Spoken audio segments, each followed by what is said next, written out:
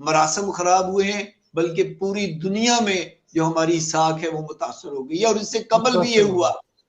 तो ये एक ऐसा बदतरीन, मैं उस्मान भाई आपकी बात को आगे बढ़ाते हुए कहूंगा कि इस जो तशद्दुद है ना, इसका आगाज हुआ है डी चौक से, जहां पे लोगों को हर रोज लेक्चर दिया जाता था, जला दो, गिरा दो, मार दो, जो रास्ते में आए उसको उठा लो, उसे ये कर लो।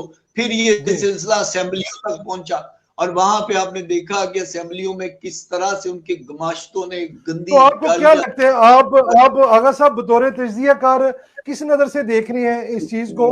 आपको क्या लगता है हुकूमत भी इसमें बराबर की शरीक है? ये जो वक़ुआ है देखिए हुकूमत बराबर की शरीक, तो देखिए शवाहद ये बताते हैं कि वो लोग, आप देखिए पहले आपने धरने की आड़ में उन लोगों को आपने आजादी दी, फिर आपने कुछ ही दिन नहीं गुजरे तो आप उनके साथ इलेक्शन में सीट एडजस्टमेंट कर रहे हैं और आपने उन्हें कालेदम भी करार दिया हुआ है। तो ये सारी चीजें यही जाहिर कर रही हैं कि ये जो बिल्ली थैले से बाहर लाई गई थी, ये सोची समझी प्लानिंग का हिस्सा है। अब वो बिल्ली जो थैले से बाहर आई हुई है वो वापस कैसे जाएगी? तो लाने वाले भी यही लोग हैं जो हुकूमतें लाते हैं और ले जाते हैं।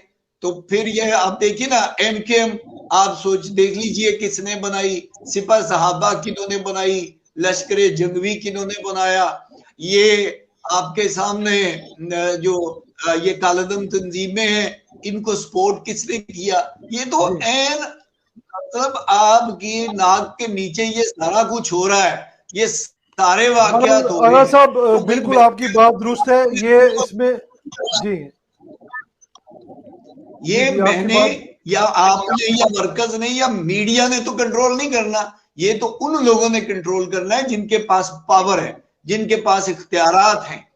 तो ये एक बहुत नाअहली है और इसके साथ साथ सियालकोट की इंतजामिया की नाअहली है। आप देख लीजिएगा ज्यादा से ज्यादा क्या करेंगे। पहले भी क्या किया था, उसको ट्रांसफर कर देंगे, 2-4 माह जो है वो मुअत्तल किए रखेंगे, फिर उसके बाद वो किसी और जगह चले जाएंगे और ये सिलसिला उसी तरह चलता रहेगा। देखिए इनको कोई सरोकार नहीं है गरीब अवाम के साथ किसी भी तरह से। कोई मर जाता है, डस्का इलेक्शन में देखिए 2 कत्ल हो गए, क्या हुआ?